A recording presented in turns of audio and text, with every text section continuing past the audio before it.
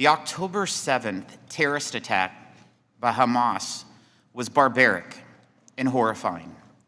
Civilians were targeted, tortured, raped, murdered, and kidnapped.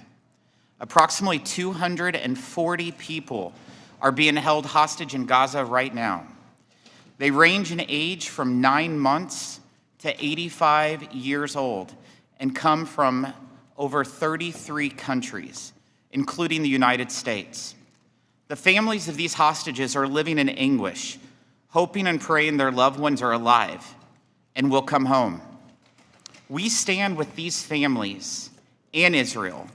We affirm Israel's right to fully defend itself against terrorists. While we stand with the Jewish people, what makes this moment worse is that many have responded by blaming Israel. Unfortunately, the hateful beliefs behind the attack are not isolated to the Middle East. This committee has jurisdiction over the tax code and must address two related issues that have been laid bare in the aftermath of October 7th. First, tax-exempt charities operating in the United States are providing support, encouragement, and potential financing to Hamas and Hamas-affiliated groups. This concern is not theoretical.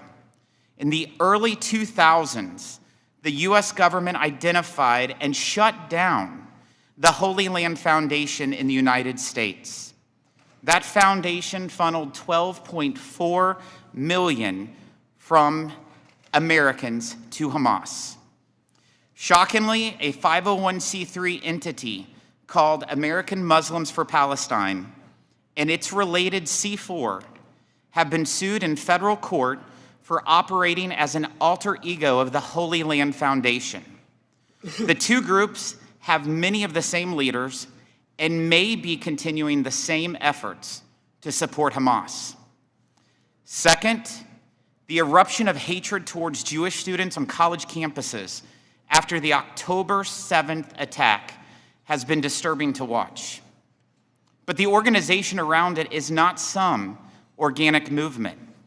It has been carefully built over years, in part by American Muslims for Palestine. They helped build, shape, and train a group called Students for Justice in Palestine, or SJP. Many SJP events have involved pro-Hamas slogans and have led to intimidation, harassment, and violence against Jewish students.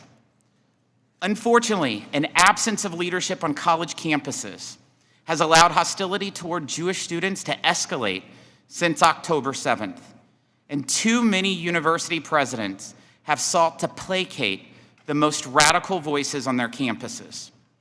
University presidents were quick and forceful in issuing statements supporting numerous social justice matters. They haven't shied away from commenting on other events affecting their students. But when it comes to the bloodiest day for Jews since the Holocaust, they couldn't find their voices. Cornell's president had to clarify her initial vague statement to let people know she does think Hamas's attack was terrorism. Harvard's president waited days to comment, allowing student groups condemning Israel to implicitly speak for the university. At the same time, we have seen pro-Palestinian protest become means of intimidation and threats of violence. When they fail to act, universities claim it's about free speech rights, but that is laughable. These universities have a track record of failing to protect free speech rights while instead protecting preferred speech. In fact, colleges are actively suppressing speech protected by the First Amendment.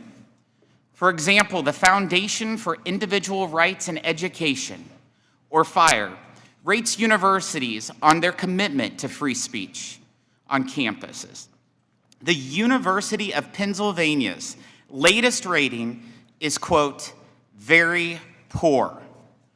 This is likely due to multiple instances of professors being investigated and disciplined for expressing various opinions relating to race and gender. Universities can and should protect free speech rights on campus for all voices, not just the ones that they prefer. This shouldn't be hard.